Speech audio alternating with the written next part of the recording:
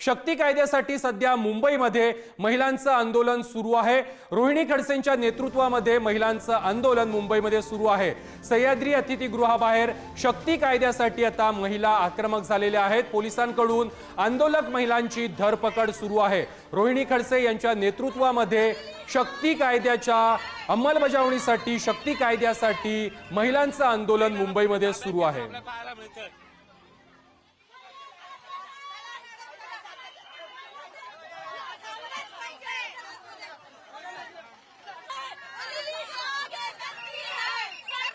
या संदर्भात अधिक माहिती देत आहेत आमचे प्रतिनिधी सुशांत सावंत। सुशांत, राज्यातील महिलांविरोधात होणाऱ्या अनेक घटना असतील, अनेक विकृत कृत्य असतील, बलात्काराच्या घटना असतील, या वाढत चाललेल्या असतानाच आता शक्ती कायद्यासाठी मुंबईमध्ये महिलांचं आंदोलन सुरू आहे आणि ते देखील महिला दिनाच्या दिवशीच।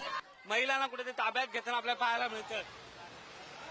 प्रथमेश, आपण जर बघितलं असेल तर आज आंतरराष्ट्रीय महिला दिन जो आहे तो संपूर्ण देशात साजरा केला जातोय। महाराष्ट्रात आणि मुंबईत देखील या निमित्ताने विविध कार्यक्रम हाती घेण्यात आलेत राज्य सरकारच्या वतीने। मात्र आपण जर बघितलं असेल तर राज्यातील महिला खरंच सुरक्षित आहेत का असा प्रश्न सातत्याने उपस्थित होतो। त्याचं मुख्य कारण म्हणजे प्रथमेश आपण बघितलं असेल तर मागील काही महिन्यांपासून आणि मागील काही वर्षापासून ज्या पद्धतीने महिलांवर अत्याचार होत आहेत, अनेक प्रकरणं ती समोर येत आहेत, त्यावरून महिलांमध्ये एक संतापाची लाट आहे आणि हाच मुद्दा घेऊन महिला काँग्रेस, राष्ट्रवादी काँग्रेसकडून आज खरं तर आंदोलन करण्यात आलं।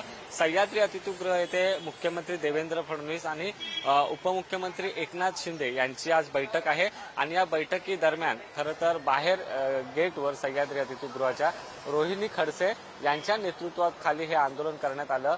राज्यात शक्ती कायदा जो आहे तो त्वरित करावा, कारण राज्यातील महिला ज्या आहेत त्या सुरक्षित नाहीत आणि याचसाठी खऱ्या अर्थाने हे आंदोलन होतं। 5 मिनिटांपूर्वी खरं तर हे आंदोलन सुरू होतं, मात्र पोलिसांनी आंदोलनकर्त्या महिलांना आता ताब्यात घेतलेलं आहे।